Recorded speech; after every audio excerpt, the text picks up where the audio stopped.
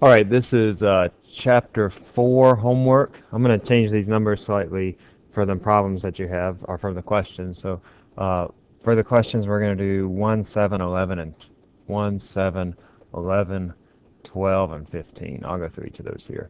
So for question number 1, what happens to the energy content of a system when work is done on or by it? This is called the work energy theorem.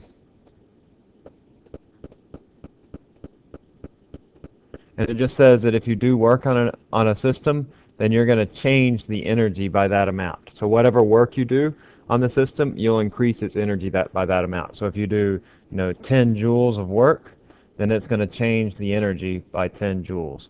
So the answer to the question is, what happens to the energy content when work is done on it? If you do work on it, that increases the energy of the system. And if work is done by it, that decreases the energy of the system. Some good examples of these, let's say you have a rubber band like this. Doing work on it would be like stretching the rubber band, and you would increase the energy of the system, so it would hold this energy. And when you do work by the rubber band, it would be by releasing the rubber band. Say it's wound up in a toy car or something, and that would cause the energy of the rubber band to decrease, but it would cause the energy of the car, for example, that it was operating to increase. So that's the work energy theorem. If I do work on a system, it increases the energy of the system. If I do work by a system, it decreases the energy of a system. So here, this is doing work on the system. If I do work by the system, these are going to be listed as negatives. So if I do work by the system, it will decrease the work of the system by 10 joules, and it's going to decrease the energy by 10 joules as well. All right, question number 2. Describe a situation, question number 7. Describe the forms of energy involved in pole vaulting. Also identify any work done by the pole vaulter. Okay, there are a variety of different energies involved. We have our pole vaulter. It's a very long pole, and he jumps over, I don't know, another pole. There's a number of different energies. There's elastic energy that's contained in the pole. When it actually bends, it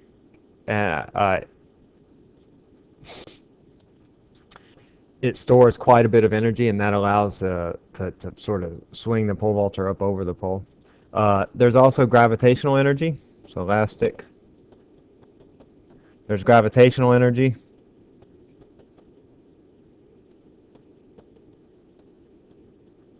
When the pole vaulter goes up in the air, his gravitational potential energy will increase. We talked about in class. There's also kinetic energy, of course. This is due to the motion of the runner, and the motion of the motion of the runner. This elastic potential energy is contained by the pole, but you can also find elastic potential energy like within the runner, because he has certain elasticity in his joints and what have you. So less or so in the runner or the pole vaulter. Let's see, gravitational potential, kinetic. There's a certain amount of thermal energy. And the pole heats up, the runner heats up. I think that's probably about it. All right, number 11. What is a closed system? A closed system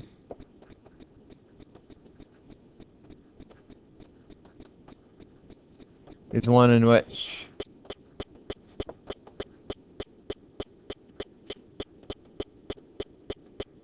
energy neither leaves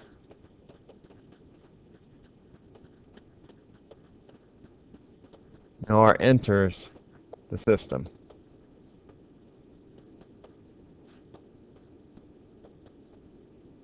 All right, our body is not a closed system, because we're constantly putting energy into our body, and we're constantly putting energy out of our body.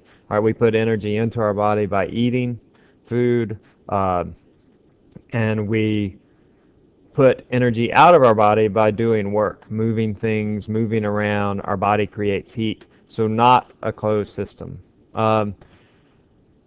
Closed system, there aren't really many ideal closed systems. You might consider I can't really think of a good closed system, but it's a system where energy neither leaves nor enters the system. And we can, like I said, the body is not a closed system. All right, so number 12. Energy can neither be created nor destroyed. How is it then that the total energy is not constant in an open system? So let's go back to our body. So energy is not created or destroyed. That's the law of conservation of energy.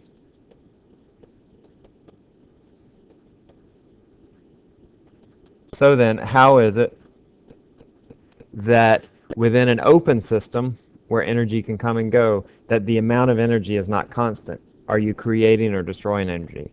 All right, well, for example, our body, we have all sorts of energy that's coming and going, all right? And though the total energy content then of your body is changing. So you have your energy coming in primarily through your mouth, eating food and what have you through calories, and then you have energy going out because you're doing work, you're moving and what have you. Your body creates heat, so you create thermal energy, and you also have chemical energy as well. All right, so it's not that energy is being created or destroyed when our energy content of an open system like the human body changes. It's just that energy is coming in and going out of that system and going into other systems. Let's look at number 15. This is question number 15. Electric bills list energy consumed in units of kilowatt hours. Kilowatt hours. If you look at your electrical bill, this is what you're charged for, kilowatt hours. What is the relationship between kilowatt hours and joules? How are these related? Well, in short, these are equal. If you look at kilowatt hours, a watt is a joule per unit time, joule per second in particular, and hours we can also convert to seconds. And so those units will cancel out and just leave us with joules. So a kilowatt hour is equivalent to a joule. The electrical company isn't concerned about your power consumption, right? They don't care how quickly you consume energy in your house. What they are concerned about is how much energy you consume. So they don't measure power, they measure energy. And they measure that in kilowatt hours. All right, let's look at the questions. Problems. Problem number 1. How much work must a car produce to drive 150 kilometers if an average force of 500 newtons must be maintained to overcome friction? So I have this car.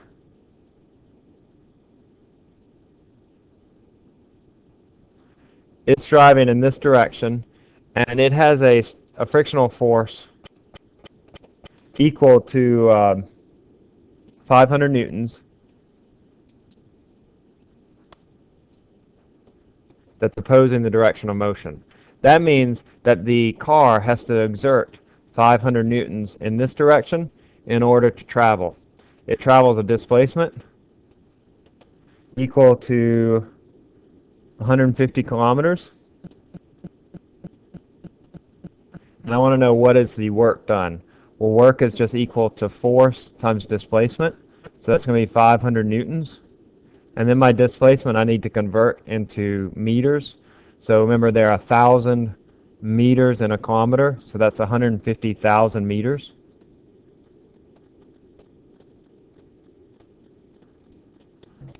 So the total work done by this car when it's traveling opposing the this frictional force is 500 times 150,000. Which is 7.5 times 10 to the 7th joules. But of course, this isn't the only amount of energy that the car is producing, because the car's engine also produces a lot of heat. And then you also have electrical systems within the car that require a certain amount of energy. Right? And so the amount of energy that you're required is actually quite a bit more than that because of the heat, the thermal energy, and the electrical energy in the car, not just the frictional forces. All right, problem number ch4. Compare the kinetic energy of a 50 kilogram athlete running at a speed of 3 meters per second with a 25 kilogram cheetah running at 30 meters per second. All right, so I have a more massive athlete moving at a slower speed. My kinetic energy is 1/2 mv squared. So the kinetic energy of the athlete is going to be 1/2 of 50. That's his mass. Times 3 meters per second squared. That's 225 joules.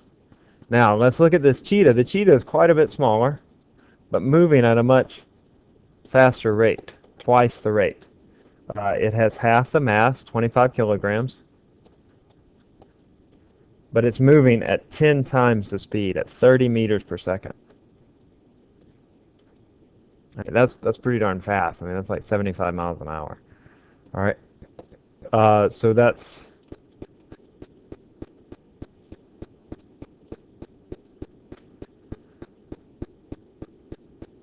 11,000 joules. All right, notice that the amount of energy is a lot more. Even though it's a smaller mass, it's moving at a faster speed. And I have this squared relationship for the speed. So if I double the speed, then that's going to quadruple the amount of energy. If I were to plot the kinetic energy versus the speed, it would look like this. So notice that as my speed gets faster, then my kinetic energy greatly goes up, greatly increases. All right, number 5.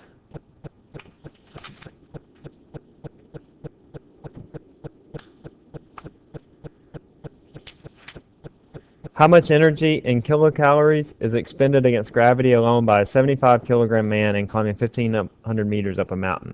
So I have this guy. He climbs a mountain. All right, he moves a distance up of 1,500 meters. I just want to know, by that act of climbing, how much energy is required, the bare minimum. Now remember that there are going to be other forms of energy that the man exerts. He'll thermal energy and chemical energy within his body. But we just want to know how much gravitational energy does he have to overcome.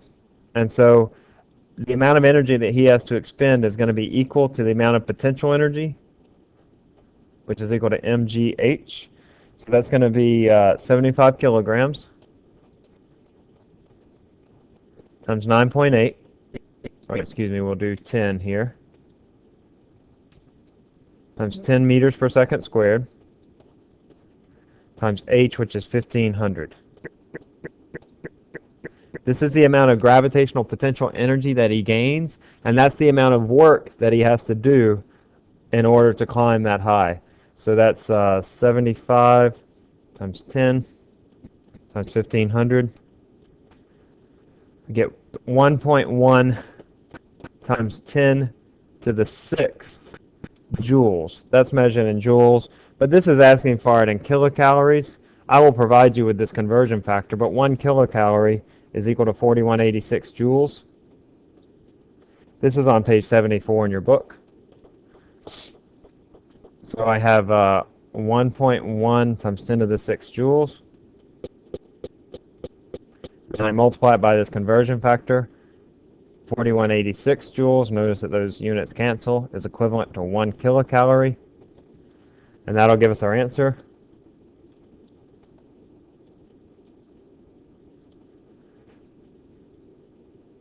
$260 kilocalories.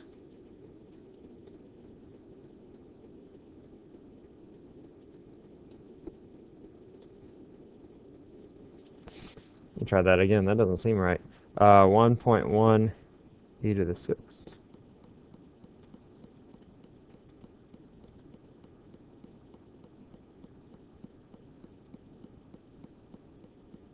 No, that's right. Yeah, so 260 kilocalories. That doesn't seem like very much, but all right. Again, though, don't forget that there is a lot of energy that's also expended. Friction, thermal energy, chemical energy, what have you. All right. For number 5. Number 7.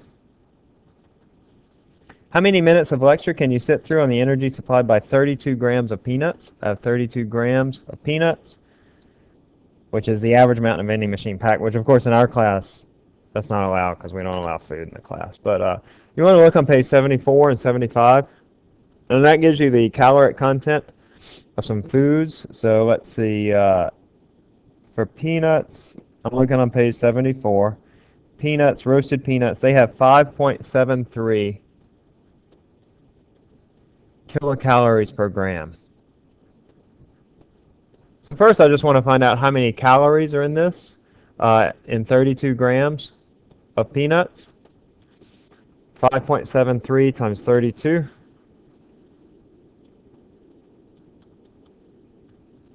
is 180 calories, kilocalories, which of course the calories listed on food packs are in kilocalories. They list them with a capital C. Now, for number 7, it asks, how many minutes of lecture can you sit through? If you look on page 75, it gives the energy consumption rate of your body.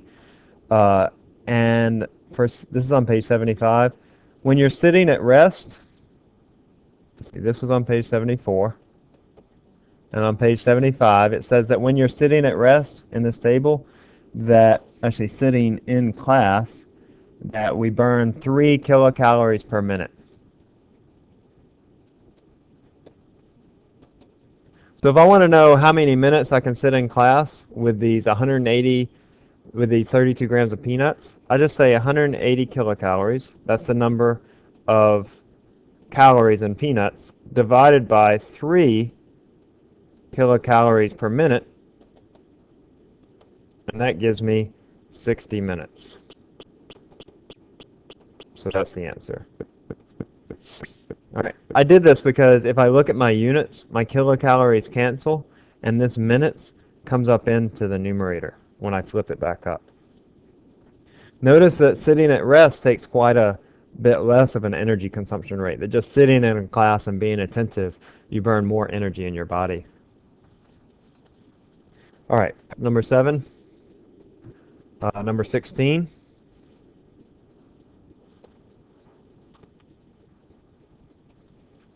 Says a San Francisco cable car loses its brakes and runs away down a hill 30 meters high. So I have this train car. It goes down a hill that's 30 meters high. Calculate the speed at the bottom of the hill if there's no friction and its initial speed is 0. So here my initial speed equals 0, and I want to know what is its speed down here if it loses no energy to friction. So there are no brakes, there's no negligible friction between the car and the road, which when you're on a rolling wheels, that's fairly safe to assume. It's a fairly good assumption. All right, I have a certain amount of energy up here. I have potential energy, gravitational potential energy. It's equal to m times g times h. And then down here I have kinetic energy. And it's equal to 1/2 mv squared. Hey, you need in here?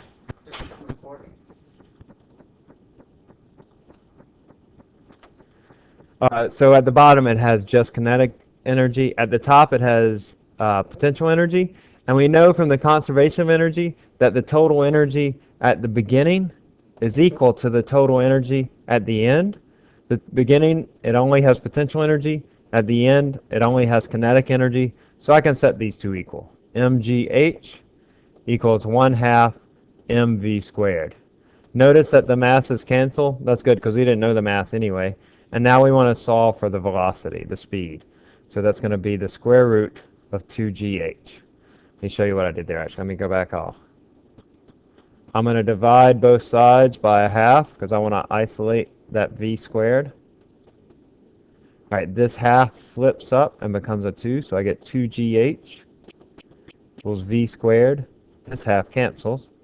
Then I take the square root of both sides, and so v is equal to the square root of 2gh. This would probably be about the most complicated you'll get as far as conservation of energy problems. But they're a good problem, likely to see something like this on the test. So this is the square root of 2 times 10 times h, which was 30 meters. It's 20 times 30. That's 24 meters per second. That's about 50 miles an hour. All right. So my velocity at the bottom of this 30-meter hill is 24 meters per second. Now, number 16, it also asks, suppose instead that the brakes fail only partially and the final speed is observed to be 5 meters per second. So in part B, we have 5 meters per second here instead of the 24 meters per second. So then we want to find what is the thermal energy that's generated. So we say that the initial energy equals the final energy. The initial energy is all mgh. Hold on. Yeah, mgh is equal to 1/2 mv squared plus some amount of thermal energy. And I'll call this, let's just call it TE for thermal energy. And I want to know what is that thermal energy. Well, that thermal energy is going to equal mgh minus 1/2 mv squared. All right. I just want to solve this, and now actually it does give the mass, so it's 8,000 kilograms times 10 times 30, that's the height, that's mgh, minus the kinetic energy that it has at the bottom,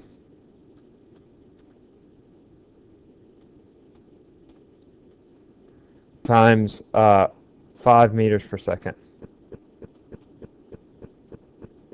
squared. All right, so this is, let's see, 80,000 times 30. 2.4 times 10 to the 6 minus 1 times 10 to the 5th equals 2.3 million joules. It takes a lot of energy to stop one of these train cars. So 2.3 times 10 to the 6 joules is the amount of energy that's created to be thermal energy when they apply the brakes in order to stop it. All right. See, that was problem number 16, number 22, and then 33. So 22. What is the useful power output in watts and horsepower of a person who does 2.5 times 10 to the 6 joules? So the work is 2.5 million joules, 2.5 times 10 to the 6 joules. And that amount of time is in 4 hours. I just want to know what is the power. Well, power is work over time, or you might see it as energy over time. And so that's going to be 2.5 times 10 to the 6 joules. And we need to convert this into seconds. So I'll say 1 hour is 3,600 seconds. So 4 times 3,600 is 14,400 seconds. So I'm going to divide this by 14.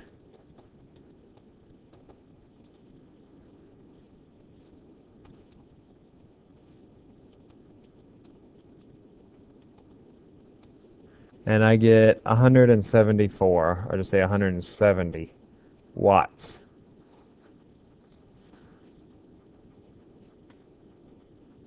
$170. And then finally, number 33.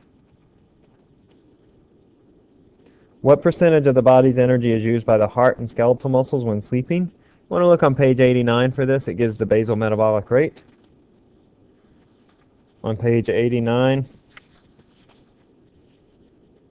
it gives the number of kilocalories per minute consumed at rest. Skeletal muscles use 0.22 kilocalories per minute, and the heart uses 0.08 kilocalories per minute. So that's a total of 0.30 kilocalories per minute. And then the total amount of power used by the body is 1.22 kilocalories per minute. So take a look at that table and you'll see all the different things that are used. Like the liver uses the most amount of power, the brain uses the next, and then skeletal muscles are third. The heart is last. The heart beats very slowly when you sleep. And we want to know the percentage, so I'm just going to divide these two. I get 0.30 over 1.22 gives me the percentage. And I get 0.25. So that's equal to 25%. Your heart and your liver and spleen use 25% of your power when you're sleeping. How many kilocalories per minute are required for the heart and skeletal muscles? Okay, we've already said that. So this was your heart, and these were your skeletal muscles. And again, that's on page 89.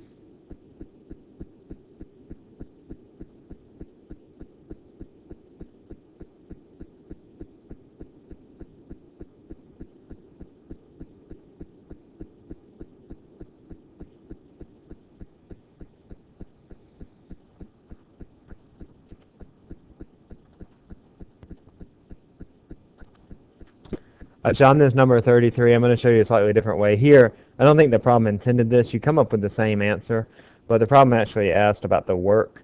And, oh, no, never mind. No, that's fine. And that's the end of chapter 4.